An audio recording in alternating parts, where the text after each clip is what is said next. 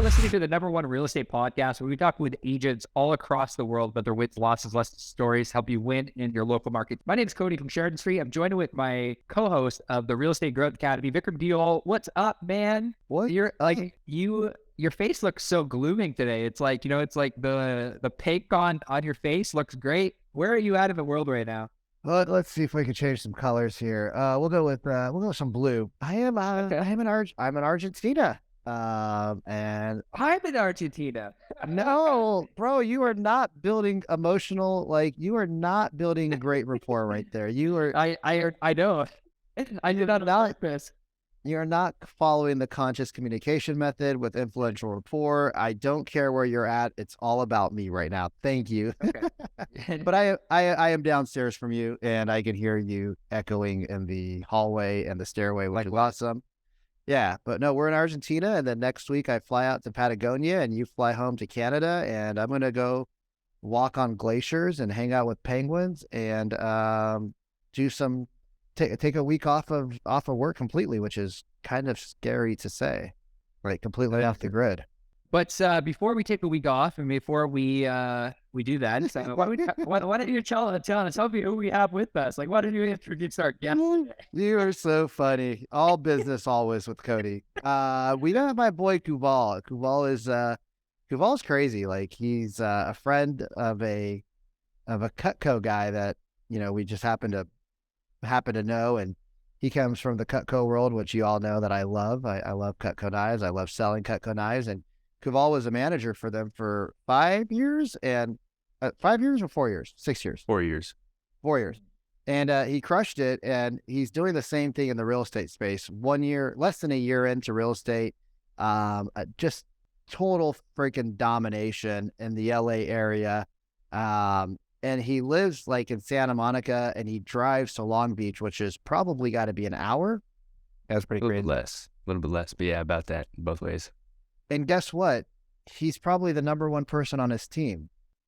Like, so there's some nuggets out there, but you guys, Kuvaal, why don't you share who you are and a little bit about yourself? I kind of stole your steam, but share a little bit about yourself. You're good. No, so my name is Kuvaal, born in the Midwest, grew up in Vegas, went to boarding school in upstate New York, started in real estate as an agent just about a year ago at the end of 2021. I was with Cutco from 2016, though. I was a sales rep for the first 2 years, manager from 2018 to 2022.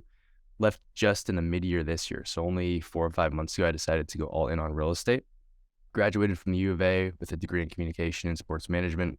Graduated from Florida International University with my master's in international real estate, which doesn't really play into my day-to-day, obviously working in Long Beach real estate and LA real estate, but it was really cool for me to get that knowledge of, and it was mainly commercial-based, which is what I thought I wanted to get into, but I just loved looking at houses and I loved being able to help people, which is why I ventured into the residential side instead of commercial.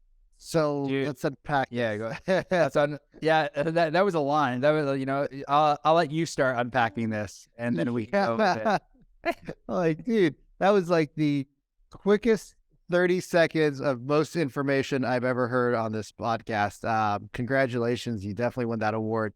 I want to back up, like, formal education is one thing. I don't know that helps or doesn't help in real estate sales. It might help with people feeling more comfortable with you, but I don't know that formal education is as important as your work experience.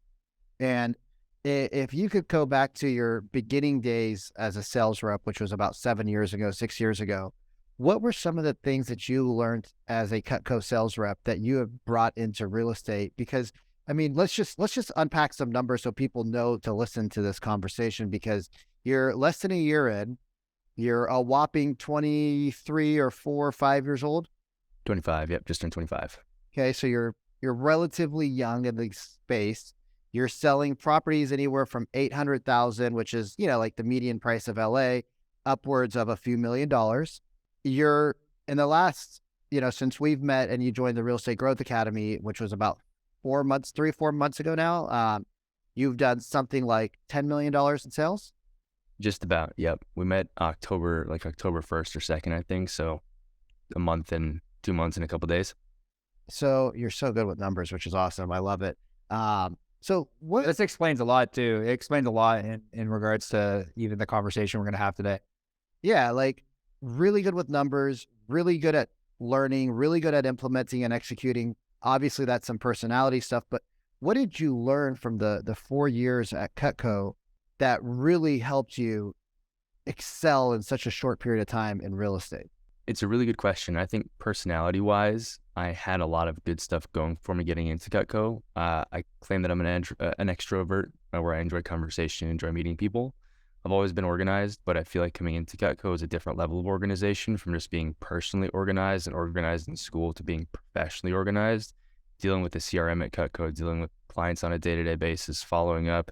Like Vic, right? Like we could call somebody, and this was actually the biggest transition and the biggest hurdle for me to jump over that you and I spoke about the first time we met, was the short sales cycle to the long sales cycle. So I got really, really good at tenaciously being pleasantly persistent, following up daily, multiple times a day with people to get them on the phone, book a demo, sell them $1,000, get referred to 20 people, all within a span of 12 hours of even getting their phone number.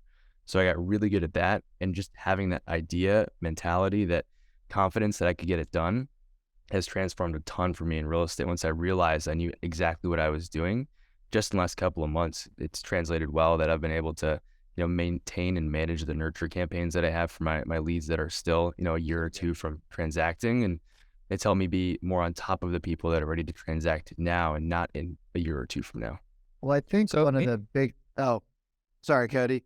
Yeah, I'm here too, Vikram. So just so you're aware. I think when we first talked, and I think this is something that it gets glanced over a lot, that a lot of people don't realize, is that we are in a long sales cycle.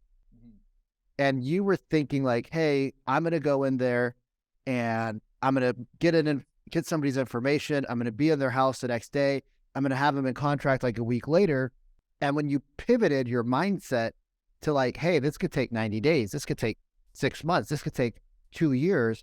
Your business shifted. But what was like, I guess like the question that I would think is like, when you realized that it was a long cycle and that you weren't going to just wham, bam, like Cutco sales, $1,000. Yeah. What did that do for you in the follow-up game? So when I had that discovery, it helped me give myself permission to not have to be so on top of people as if I were trying to get them booked for a Cutco demo that day and sell them on something that day. Right. That long-term nurture kind of gave me the idea that I could talk to somebody today and they probably won't do what I ask of them to connect with a lender or fill out a questionnaire for a property until like the next week or the week after. So instead of me just trying to micromanage them in the single transaction, it helped me look at the bigger picture, where I can now focus on like 10, 15, or 20 leads more in that same period of time that I'd just be so focused on somebody trying to figure out how to, connect it with a lender. So you sound like a numbers guy. Like we were talking about this prior to, like, we were talking about like just like the day, like the days of certain like special events. I'm curious to know like what like the structure of your day looks like as a real estate agent, and how has that transitioned over the last 11 months? Because when you first got into real estate, maybe you can walk us through some of the things that you did early on in your real estate career that you're not necessarily doing now, but some of the things that you're doing on a daily basis that kind of stayed true to kind of like see that $10 million run rate, like the $10 million worth of sales that you've experienced in the last, 3, 4, 5 months. Like, what were some of the key principles that you think you put in place early on and that you're currently doing now? It's a really good question, because it didn't really start and click until I'd say August. From January through April, I was on a team and I was attracted by the splits. I just genuinely feel baited and switched by the original team that I was on. They promised the world and delivered nothing. Part of that was just on my due diligence, where I just didn't dig deep enough into figure out what I was going to get from the team, but the splits were so attractive. I closed one deal with that team. It was a team lead, Op City. If you guys are familiar with it, I got it like the 3rd or 4th day I was turned on. We closed in like 3 or 4 weeks. So I thought I was going to be the best at real estate. I thought it was the easiest thing in the world. Didn't see anything convert until June. So I left that original team in April, started with a different team in mid-April, and then was still working with Cutco pretty much full-time, managing the district that I had, managing my assistant managers and my branch managers that I had. So in July and August was when I really started to nail down on my schedule, where I was just 100% focused on real estate. My day generally starts, I wake up between 4:30, 4:45. I'm at the gym, before I head to the office. I'm at the office by 6:30, 6:45 most days. On the phones, prospecting about 7:30, 7:45, depending on the lead sources. And I'm done with for sale by owners and expired the new leads by probably 8:30 every day. Then I'm just going into the people that I've attempted contact and haven't reached yet. After that, it comes to about 11-ish. I'm on Zoom calls, usually a training call or a coaching call or just a team meeting. Generally, we have those at that time in the morning. Then I have appointments lined up for the afternoon. It doesn't line up perfectly every day, but on the days that I don't have appointments booked, you can find me back on the phones or putting out fires on deals that we have. Because it's happened so fast in the last 2.5-ish months, I've kind of been trying to manage everything as I've been going, like learning on the fly. I think I have 3 deals now in pending escrows. We're going to close probably 2 of them before the year ends. So managing my lead generation and prospecting, in addition to like managing the fires that I'm putting out, because I only have a TC and no buyer's assistance just yet. It's kind of coming all together, but we're getting it done. Where are the deals coming from? Obviously there's regimented, like you said, like, you know, it's, I know you went through that and Vikram's like, yep, that's why he's winning. Like where are the, I think we should spend a little bit of time because, yeah. you know, like you can't just blow over the commitment to success, right? The consistency too, the consistent, persistent approach to making it work. Yeah. Like, you know, so for other agents out there, cause you drive 45 minutes in LA traffic, sometimes an hour and a half, like it sucks to go from where you live to Long Beach. It's like the worst drive ever, but you do it 4 or 5 times a week, right? So like when there's an agent out there that doesn't have the Cutco mindset, right? Because this is a total Cutco mindset. Like wake up early, get to the office, be on the phones at 7:30. Mrs. Jones isn't going to call the, you know, you're spamming me hotline. You're calling expireds nonstop. You're not off the phone for 3 hours in the morning. The agents that come in, and there's another thing that I that you really glanced over, and this is something that I find really hard for agents. And it's that when an agent goes from a job to a 1099 and they didn't have that transition together, they don't have the structure necessary and their whole life falls apart. So like, did having Cutco and real estate for 6, 7, 8 months of your life, because Cutco, when you left, was in the middle of summer. And that, for those that don't know, that's like Cutco's Christmas. So did having Cutco and consistency and real estate like kind of overlapping, did that give you some structure that you think other agents, they just quit their job and they start real estate, don't have? I think it's a bit of yes and no, and I might contradict myself here with the next statement, but it really wasn't until September that my schedule that I just said really came into play. And obviously, when you and I spoke about that Millionaire Real Estate Agent Playbook that you have on the Traega Mighty Networks, right? That combined with the lead gen guy that we have on the team, like your conversation with me, Coach Vic, and my lead guy Josh, his conversation with me helped tremendously. But even leaving that structure that I had with Cutco, you could call it a 9 to 5, even though I was still a 1099. The month of August was genuinely a very difficult month for me because I kind of left my identity behind at Cutco and I was just redeveloping myself. Where, you know, I love waking up early, and for me, early is like 4:15, 4:30, 4:45 at the absolute latest. But I could find myself in, you know, the month of August not waking up till like 6:30, and I kind of just felt lost for the rest of the day because I was like, I don't know what to do now, and everybody was telling me, giving me direction, but I was also just distracted by everything that I had going on. It was like we talked about this a couple months ago, right? The shiny object syndrome, where everybody was like, oh, FSBOs, expireds, team leads, door knock, and cold call, and this and that. And I was pulled in so many directions that I wasn't able to really just hone in on focus on 1 or 2 or 3 things. How did you get around to September? Like maybe walk us through what August looked like and how, like, because I think a lot of people are going through a period right now where, like, if they don't make the change, 2023 is going to be shit. Like they have to make change in order to see the results they want to see. And we know, like Sharon mentioned this to me the other day, that they're estimating over 275,000 real estate agents are going to leave the industry in 2023.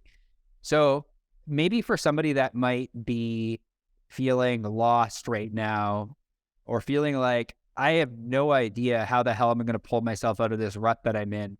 It kind of sounded like you were in a little bit of a rut and trying to find yourself in August. How did you pull yourself out of that rut to make September what it was? There's so many things that I could probably, you know, say these were the reasons why, but the things that just kind of stick out the most are, I've heard this quote so many times, and it's, if not you, then who? If not now, then when?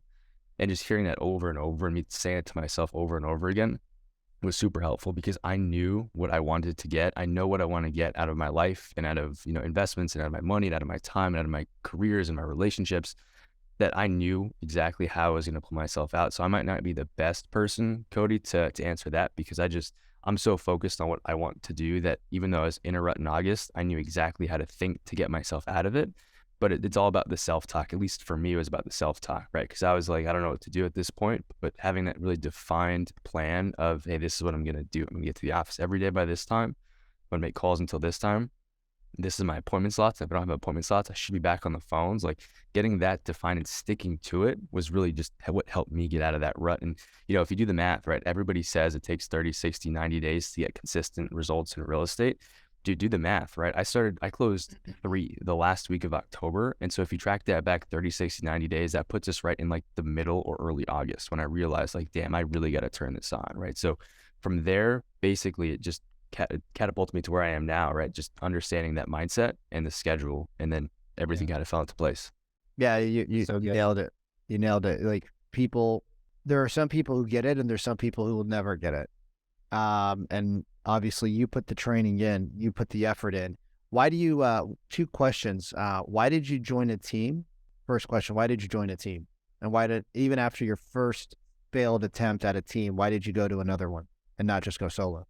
Yeah, so being a manager at Cutco for as long as I was, I realized that at least right now in my life, I don't want to build a team. I don't want to deal with the back end. I just want to sell. I love sales. I love helping people. I love talking to people and working with people, but I don't like having to rely on other people to work through them to end up getting to the sale, right? Which is really what it was like being a Cutco manager.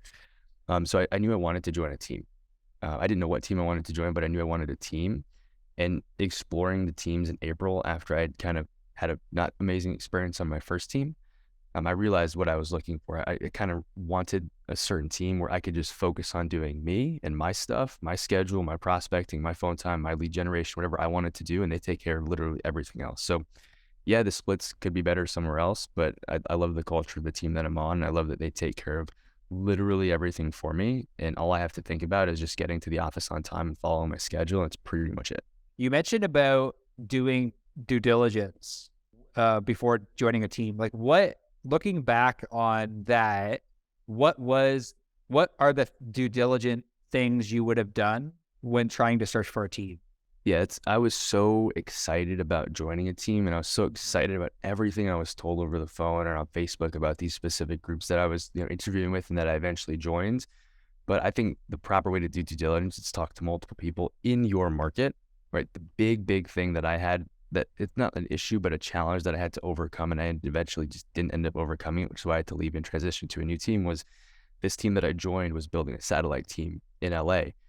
And the person who was leading the satellite team was also a brand new agent. Like, I think he'd only closed like 2 or 3 deals, but he was the team leader. He's an amazing guy. We're still friends today, but he's almost as inexperienced as I was. Like, he had 2 years in the business, right? But who knows? Maybe I knew or know more than he did right now versus then. But I think doing the proper due diligence is talking to people in the market, right? Because I was talking to people where their main team was, and if it would be a completely different story, right? If I was joining that team in their main market, I guarantee I'd still be on that team. But because I was in a completely different market, different standards, different expectations, different lead sources, no support from everybody above me on the team because they were up in NorCal or wherever they were at the time, like, that's the proper way to do due diligence, because you really can't do more than just that, like exploring and asking better questions for sure, and just digging deeper into the people that you're talking to and figuring out exactly what they want for you and from you and exactly what they expect of you. Yeah, that's really good diligence. The other thing that I was going to ask about is splits. So you mentioned, after you left the first team, and now we see why you left the first team, because it's kind of like the uneducated teaching the uneducated about how to do big things. You said I took a smaller split, or my splits could be potentially better, but I think a lot of agents get stuck on that point where they're like, oh, well, if I take this split, I'm going to get 50-50 or 60-40 or 70-30. But then they join a team or a brokerage or a company that doesn't really give them any support, and they don't do anything. So even though they have a great split, it's 100% of 0 or 100% of 10,000 versus, like Sharon always says, and Bedros says, it's like, I'd rather have 10% of Jeff Bezos's company than 100% of AOL. And so how do you get over the splits, and how do you help people with the due diligence of picking the right team, even if the split is less than where you're currently at? And I forgot to answer Cody's question too, which ties exactly into this about where the deal is coming from. The majority of my closings this year have been SOI. Like, the team hasn't helped in like with that regard of like helping me close those specific deals. So, I was talking to one of my friends that was a lender. He's like, dude, why don't you just join a team where you get better splits, right? Because these are mostly your clients, you're not really using the team. And I said, yeah, I could, but I really don't want to have to deal with all the back end work. So when it comes to the splits, I kind of feel the exact same way, Coach Vic, that you just talked about, right? You rather have 10% of this versus, nothing, or 100% of that, which is nothing. I just love that I literally, like, when I say I don't have to do anything except for get to the office and make my phone calls, that's literally all I have to do. Like, they put the supers out for me on my listings. They help schedule the listings. They put stuff live on the MLS. They pay for my marketing. They pay for my ads. They do everything from start to finish. I just have to show up and put in the time of making the calls to find the clients. So that support to you is worth, it's worth the 50% you give up. Or you're not even giving up, but it gives you, see, what people don't see is the leverage capacity, because you're focused solely on what you need to do, which allows you to, crush it in all aspects. Yep. I've signed 5 or 4 listings in the last couple of months, and pretty much all of those were generated by the team. Most of my closings are SOI, but some of my listings have been generated through the team. And after I signed my first listing, I called Josh, our lead guy, and I said, dude, so I'm so excited to sign my first listing. What do I do now? He said, just scan the RLA, email it to Steph, and just keep your client informed. And that's it. They do everything else. That's it. Yeah.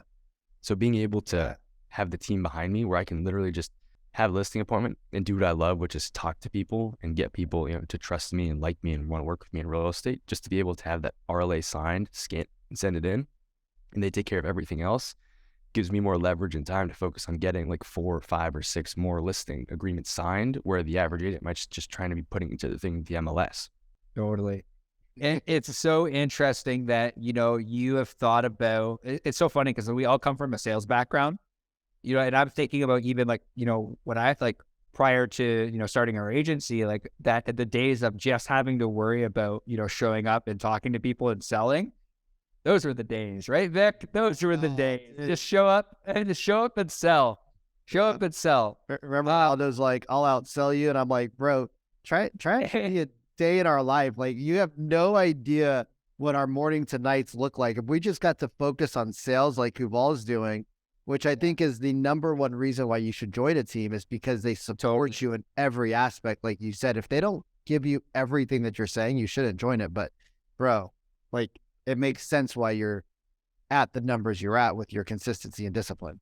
Yep. Yeah. Consistency, discipline. And like, it's just, I'm curious to know, because you have that sales background and you've really, like, you have the Cutco sales background. So, how much of the sales training you learn at Cutco, how much of it has transitioned into selling real estate? Because a lot of people that come into real estate, a lot of agents don't have a sales background, and therefore they approach it. And I've said this before, and, Vikram's heard me say this, they approach it almost like a cashier and a clerk, where they don't know how to overcome objections. They don't know how to book appointments. How much of it has been learned for you since in the last 11 months, and how much of your past sales experience has transitioned to the deals you're doing today? It's a really good question, because I think Coach Vic has a very similar kind of take is what I will say, but I think like 90% of sales is the same wherever you go. The only difference is the product that you're selling and the price point that you're selling it at. Like, that's the only difference. Everything else is pretty much the exact same. And like, I don't know how many people have sold Boy Scout popcorn or Girl Scout cookies, but if they have, they will kick ass wherever they go, as long as they just follow that 10% that's different in each place that you go, the programs that are specific to the industry or the product that you're selling, they'll be fine. So I'd say if I had to quantify it, which is kind of tough to do, a very large majority, 60-65%, came from Cutco. Just the diligence, right? The education about scripting and tone of voice and how to talk to people, how to approach people. And the only difference is just fine tuning. That 40% is fine tuning just the basics of sales to how to talk to like specifically an expired listing, where the tone is going to be different than if you're talking to an FSB or if you're talking to a cold lead or a warm lead that came in through your IDX website, you know? My follow-up question to that is like, what would you say to an agent that potentially might not have sales experience at all? What is something that they should be doing that might help them get more deals under contract and get out of the 87% of agents that fail in 4 years? And that's also a good question, because this is something I had to realize last couple of months. I'm not selling a house. I'm selling somebody on working with me. That's it. The house is literally going to sell itself. I can't put money into the house myself, right, as the agent. I can't fix it.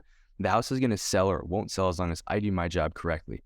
My job is to sell that client on wanting to work with me. So the way that you sell in real estate is just by helping people know you, like you, and trust you. And all you have to do is get a script that works for you and role play that script with somebody else. And that's the only, like, obviously there's more nuances than that, but that's the most basic of basic answers. And it's literally all you have to do to build your database from 0 to like 10 solid deals a year.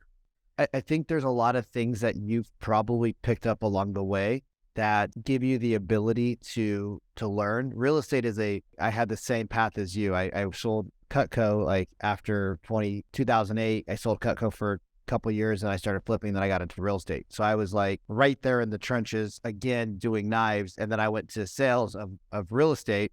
I think there's a lot of things that we don't realize that is totally different in real estate sales.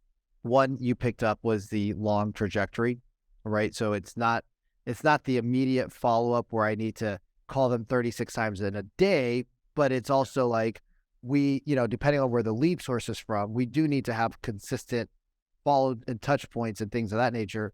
But I think with real estate, and you said I'm not selling the home, I'm selling them on working with me, is so important, because the product, which is what everybody focuses on, isn't the thing. You are the product. Like they have to work with you. They have to buy into you. So how do you get people, how do you get people to buy into Kuvaal? Because you're young and you're selling, to people that are buying expensive properties. So I was thinking about that question for a minute, so I can make sure I answer it properly. I think that's also a good point as to why somebody should join a team, right? Because I'm only as good as the people that I'm around. And if I'm able to leverage the team and their image and their marketing and their logo, right? Because everybody in Long Beach knows the Anderson Group's logo, right? If I'm able to leverage that and then let them know that I am going to work for them, I think that's the biggest difference in today's real estate game, is that there's the big divide, right? There's the people, and feel free to interject if I'm kind of going on the wrong path, but at least from what I've seen, there's the people that are brand new and they're either doing a bunch of deals or no deals. And then there's the people that are real old, that have been in the business for years. And that middle ground, I haven't seen many agents that are like, oh, I've been here for like 4 or 5 years and I'm just starting to get some traction. So for me, it's meeting with clients that have either interviewed other people that are young and hungry like me, that are either doing deals or not, or they're meeting with people that are super old where the team leader is not really doing much anymore and they're pawning it off to like new agents on their team. So if I can sell them on trusting me, my work ethic, my intensity, my integrity, I think it's an easy shoe-in as to why I should get the job, but also it's about strategy, right? So if I'm going on a listing appointment, I either want to be the first agent they interview or the very last agent they interview. I will not talk to somebody from the middle agent that they're interviewing. Why don't you want to be the middle? Because I don't think there's a lot of agents don't even know how to ask that question to figure out if they're the first or the last. So how do you figure that out, and why don't you want to be in the middle? So to answer the first part, the way I figure that out is just by asking them, who else are you talking to about selling your home? And if they bring up other agents, I ask them, have you already met with them just yet? And then I take the conversation from there based on their response. And the way that I get to first or last is just by asking if they've talked to those agents yet, and ask them, hey, I want to go dead last, or letting them know, hey, I want to go first before you meet with anybody else. The reason I want to go first is to save them their time of meeting with other agents that aren't going to do the job properly, or I want to go last to save them from making a bad decision. So Sharon and I have had this conversation, and Sharon and I have very similar opinions. I think when you have a really solid, when you have a solid pre-listing, during your listing and a post-listing, you have a strong brand, you say the right things in the right order, right? You might say different things, but they're done the right way. I used to be under the same philosophy. Like I either want to be first or last. I don't want to be in the middle. And I always tell people that I'm like, hey, can I be first or the last? And they're like, well, oh, you can't. And I had to, they're like, no, like straight up, like, no. And I'm like, all right. So we became really good, and Sharon created a lot of systems, and we put them we implemented a lot of them. And I realized that when you are better than the rest and you just can crush it from start to finish and you can share the processes and you're different, I realized that like it doesn't really matter as much where you go, because you can still be like in the middle of the presentation when they're like, well, we really like you. And you're like, great. So, do we need to go to the next steps? And like, let's talk about that. They're like, well, we have this other person that we said that we would interview, and we feel bad that they're prepping. And I say, look, I'll do all the dirty work. I'll call them. I'll let them know that you decided to work with us, but I'll give them first crack at the house with the buyer if they have one. And the seller's like, oh, okay. Because they don't want to do the hard work of rejecting somebody. Like that's the hardest part for a seller, which is why a lot of times I pick the last agent anyways, because it's like, oh, well, you're here. We'll just say yes. So like I'll push back on that one, where when you really solidify your phone call, your pre, your post, and your during the listing presentation, which is what we've been working on for the last 5 weeks in the Real Estate Growth Academy, is like basically unpacking the whole listing presentation from start to finish. I think that going in the middle isn't as bad, because you're going to get people that say just straight up, like, we got a 5 o'clock and we're seeing somebody else at 6:30. And if you can't finish in 90 minutes, like that's your time, son, and take it or leave it. And you're like, okay, I'll take it. So like, I think that's the thing. But I think what you said makes a lot of sense, is that you have a strong brand behind you. And I keep going back to like utilizing a brand, and that kind of talks about like what we talk about in Trega, which is build your brand, learn how to influence, and learn how to sell. And right now you're building your brand. Do you guys mind if I pivot a little bit here, because you talked about your company's brand, but I think you're doing some really cool shit on social. Like you do the green screen, you're doing like high price of the week, low house of the week on the MLS sales. Like I think you're doing some really cool stuff. And the other thing I said to you is, I was like, man, Kuvaal just shows up and he doesn't give a shit that his hair's crazy. Like he doesn't give a fuck that he's like, he just is like, okay, it's time to post on social media. I'm posting on social media. So tell me your thoughts about building your brand in 2023 versus your company's brand.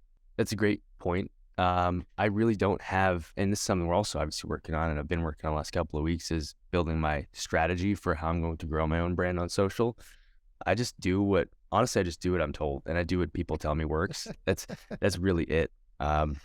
I wish I had a better answer, but when I'm working with people and obviously paying a lot of money to certain people to be in their circles, I'm paying for proximity. I'm not going to waste any second of it. And if they say, dude, this works, then that will work and I will make it work for me. But on social, on TikTok, I really want to elevate my short form game. I'm investing in a video editor that'll be local to me, and also a VA to help me edit my videos. And I'm really wanting to get my actual Facebook, because I still have thousands of friends on Facebook that I guarantee will convert in the next couple of years, either with me or somebody else. And if it's with me, it's amazing. If it's somebody else, I hope I refer them to somebody else. So I just need to make sure my presence is known amongst everybody that I'm around. What do you? I love that. Yeah. Oh, I get so hyper. What are you doing? I know you don't have a proper strategy, but are you doing any business because of your social content that you're putting out? Like, have you got referrals yet from that? It wasn't directly because of social, but it was through social where I was introduced to somebody that just closed in October. But I have gotten quite a few people that have reached out, coming to find me on Instagram from TikTok videos that I've posted. I had one person message me like literally 2 or 3 days after I posted my very first TikTok videos. Somebody hit me up on Instagram. Oh no, they found my number, and however they found my number, probably listed on my Facebook page. They found me through TikTok. Say, hey, we found your TikToks. We love them. And it was an investor that's looking for fix and flips in LA. So he's been on my call list, and I've called him for every fix and flip that I found. I've gotten 1 or 2 directly from social media, but I've seen people in my circle there's a girl in Philadelphia that's going to close probably 10 or 12 deals this year straight from her TikTok. And she's grown her presence in just the last like 11 or 12 months. It's, I love what you said about like, I just listen and then I do, because I'm like that. I think me and Vikram are a lot of like that too. Like, even with our mentors, it's like, hey, this is working. Go ahead and do it. I know you're going to go and do this, so I really hope that you go and do this. I think this is one of the most genius things that real estate agents can do. And we learned this from Sharon we learned it from Jason Capital at the event, where he said that and I've given this idea to so many real estate agents, no one's done it yet. Get a gift card to a local restaurant and run a weekly giveaway campaign. It'll cost you $200 a month, next to nothing, and you run it you run it to your email list, and you run it to your social media channels, and you call it giveaway of the week. You partner with a new restaurant every single week, and then you become the local celebrity on a weekly basis. And no one wants to, like, who would want to unsubscribe from an email list? I could win a $50 gift card to my local restaurant. Like, it's every week. It's like, that 52 weeks, 52 gift cards, it's going to cost you $2,500, $3,000 a year. It's like one of the most genius, like, if I was in a local market, I would be hammering that on a weekly basis to my email list. When Jason Capital brought that up, I was like, oh man, I wish I saw more people doing that, because they would quickly hack the attention of all of the different restaurant people, locally in the restaurant community. But so I have a question. Yeah, I have a question on that, Cody. So, and maybe other people listening are kind of in the same boat, where I want to start farming. I want to start building my geo presence in an area, but the thing holding me back is LA is so diverse, and I've moved so frequently in the last year. I was in an apartment in Culver City, an apartment in Santa Monica in less than 6 months, and now I'm moving to Inglewood next month. And I want to buy in Inglewood because that's where I want to call my home for many years to come, so I can really start focusing on the that territory. But obviously the team that I'm working on is in Long Beach, right? So for me, if I wanted to do something like that, do you recommend I do it anywhere in LA or to a very specific area that I want to start geo-targeting? I would go specific with that type of campaign. I would treat it like mailers. It's like, hey, if you're in, this social giveaway is specifically for people in this area. Like, I would go local. I would try both. Like, if you have the cash, I would try both, because like I would do like Long Beach as an area. Maybe you do one for Long Beach and you do one for Inglewood. You do two separate giveaways. So maybe it's $100 a month or like $100 a week that you invest into these giveaways, and then you have both areas that you want to serve. I just think that the amount of exposure you're going to get with this type of campaign, like, you're going to reach so many more people with this type of campaign than you will ever reach. And the brand credibility that this will give you with the local restaurants, with the people that are tagged in the post, like, I would literally run it as a social campaign where it is like, you create like a social graphic, and then it's like giveaway of the week. This is the restaurant. You tag the restaurant, and you tell people to tag two of their friends in the comment section below.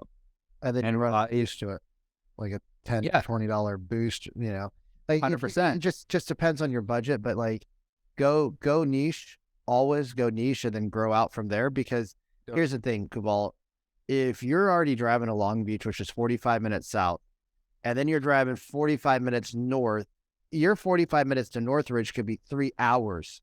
And so you got to, like, people, unless you're at 25% market saturation and there's another team at 25%. Like, there's no reason why you guys can't take more market share of where you're at. It's just people get scared. The real estate agents and salespeople get scared that if I niche down, I'm going to lose out on so much of the market. I'm like, but you're not even tapped into your current market. So go deep, plant roots, build a huge tree, and then go wide and let the buyer's agents spin the wheels. And it doesn't, niche marketing doesn't mean that you're not going to attract other people that want to buy, sell, invest, rent. Like, it's just like, you're going to attract more people. It's just a marketing campaign. It's like, it's a geo-targeted marketing campaign that makes you like kind of like the mayor of that area. So I hope you go run with that, because and I'm excited for the next year to see you go run with that. Vic, wrapping up, any more questions? I got so many questions. I would say, as a new agent, 1 year in the business, been on 2 teams, done $11, $12 million in transactions. what would be the advice you would give to a agent who's been in the business for 4 years that's struggling? An agent that's been in the business for 4 years and is struggling. Yeah, like an agent that's like 4 to 6 years, and this is the time where a lot of agents drop out because it's a lot harder than they expected. Like they're struggling. 2022 kicked them in the face, and it just hasn't stopped. What would be the advice you'd give to an agent that's in that position? I had to do that a lot with Cutco reps, and they hit a certain promotion that we saw this kind of flat line. And the one thing that I told them all the time that worked tremendously and it's really worked for me as well, resetting in real estate after the first 4 or 5 months, is just go back to the basics. I think that's probably the most overlooked piece of advice that people get. They get given it, but then they just overlook it because of how really simple and nuanced the basics really are.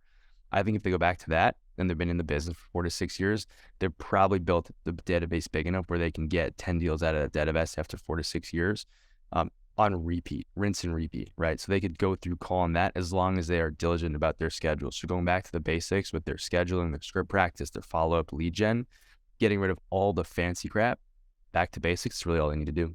I love it. Well, you heard it here, Kuvaal, man. I appreciate you for taking time to kind of chat with us today about so much. Like there's so many nuggets for people, and it's really cool to see everything that you're doing in your market. I really believe that this is going to help a lot of real estate agents, whether they're struggling or whether they're thinking about their next right thing, really get to that next space and make 2023 one of the best years ever. If somebody were to want to reach out to you and they want to chat with you about real estate or maybe an agent-to-agent referral, where's the best place that we can send them?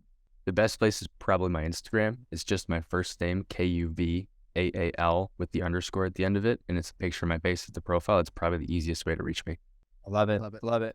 Kuvaal, thanks for having the conversation with us today. Vikram Deal. Oh man, that was so good. Kuvaal is one of my favorite people, like especially in the Real Estate Growth Academy. The guy just shows up and just always shows up, and he shows up for himself. He shows up for other people. And what was your favorite, I guess, lesson or your favorite story in this specific podcast? Dude, there was so much. Like I know Kuvaal for so long now, and I feel like he's my little brother. So I love the dude, and it's hard to like discern what we've talked about outside of this because we've spent so many conversations. But what I think the biggest thing that I took away from him was it's a two-step takeaway. It's one is I had to get over the splits of the team after I failed at my first team, but I knew that the team was the right thing for me. So even though the first team wasn't the right one, I still knew that a team was for me, which if more people would realize that, they would have way more success. Yeah. And I think that's it. Like I had to get over the splits to realize that this other team had what I needed. And then he breaks it down into how he chose the team, and he really broke it down like, well, so if you guys are out there and you're like, man, I was on a team and it didn't work out, this is definitely the podcast for you. As well as, I mean, he's 1 year in the business at $12 million in sales, which is like most people's dream number to cross 10 after 5 years. So he's already killing it. For me, I think that I asked him a question around how he was able to pull himself out of a rut. Mm-hmm. And like literally transition his business massively in the matter of a month. And he talked a lot about the things that he did in September that showed up in October for a lot of these sales that he's actually closed and now has through escrow. And it's like you hear this consistent, persistent approach that he took on a daily basis. And I think that anyone, wherever you're at in real estate, wherever you're at in your real estate business, like I talk with a lot of real estate agents and just a lot of people that say like 2023 is going to be the best year. Yeah. And you and I have had this conversation too, Vic, is like, we're excited for 2023. And I'm excited for people to listen to this podcast to be a catalyst for the growth that they want to experience going into 2023. And I think that there's a lot of things that he did, and there's a lot of things that you can learn from him that will allow you to experience the 2023 that you want. So I'm just excited to share this podcast with you. And Joe Dispenza says, if you don't change your past, your future will be the same as your past. So you have to start changing your thought. And this podcast, I believe, will help you change your thought to help you get out of the rut that like Kuvaal was in. It'll help you get out of the rut that you might be in. Well, Vikram, thank you so much for tuning into another episode of the RE Agent Podcast. We'll see you soon.